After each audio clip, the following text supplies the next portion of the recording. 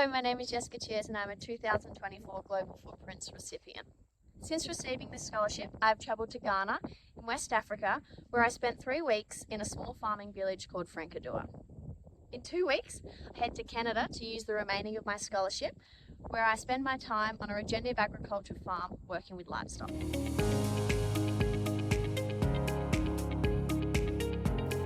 During my time in Frankadua, I was assigned to work on a pig and cropping farm, where all the produce was donated to a local orphanage to help provide meals for the children. So each morning would begin at around 5 a.m. We would head to the farm with the local farmers and feed the pigs, then followed by a range of basic farm duties, including planting, harvesting, and just general farm maintenance. Because of the extreme heat over there in Africa, work on the farm would normally pause during the hottest time of the day, but during this time, we supported the local community by assisting around the village and helping teach children at the nearby schools. And then in the late afternoon, once the temperatures had eased, we would return back to the farm and continue working until the evening. For me, one of the highlights was visiting one of the local cattle farms. As someone who comes from a cattle farming background, I really enjoyed speaking to these farmers and sharing my own knowledge and ideas, whilst also gaining an insight on how they manage and run their production.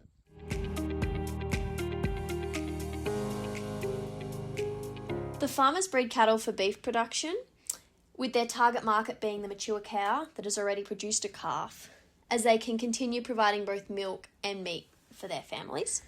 Water and feed shortages are an ongoing issue due to the region's dry climate. Without the resources to build dams or water systems, farmers must purchase water to keep their cattle alive. And with limited pasture growth, it also means they need to buy feed for around 6 months of the year, adding substantial costs. Dry season in Ghana, we don't feel happy about dry season because when we enter into the dry season, our crops do not do well because we don't have rain. We could see most of our crops dying, and the people around Frankadua and Thai village in Ghana, our main job is farming. So if you don't get rain, we don't do anything, our crops die, we can't do anything at all. Another big challenge the farmers face is the lack of infrastructure. The farms have no proper cattle yards, which makes veterinary procedures very difficult.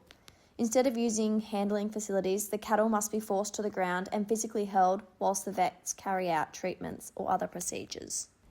In the community of Frankadua, agriculture wasn't viewed as a career or a passion in the same way it is back here at home. Instead, farming is a means of survival, with most farms existing only to feed individual families.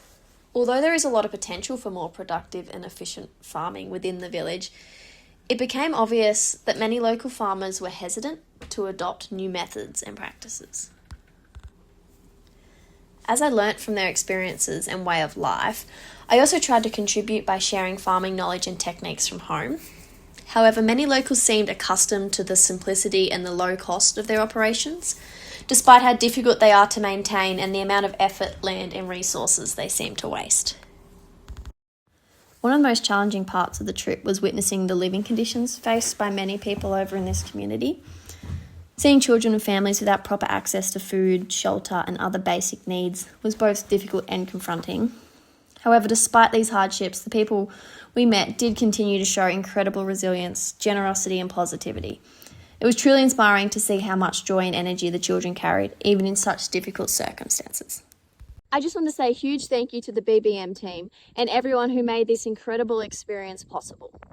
This opportunity has allowed me to travel, learn and build connections within the industry and gain experience that will shape my future in the agriculture industry forever. Thank you.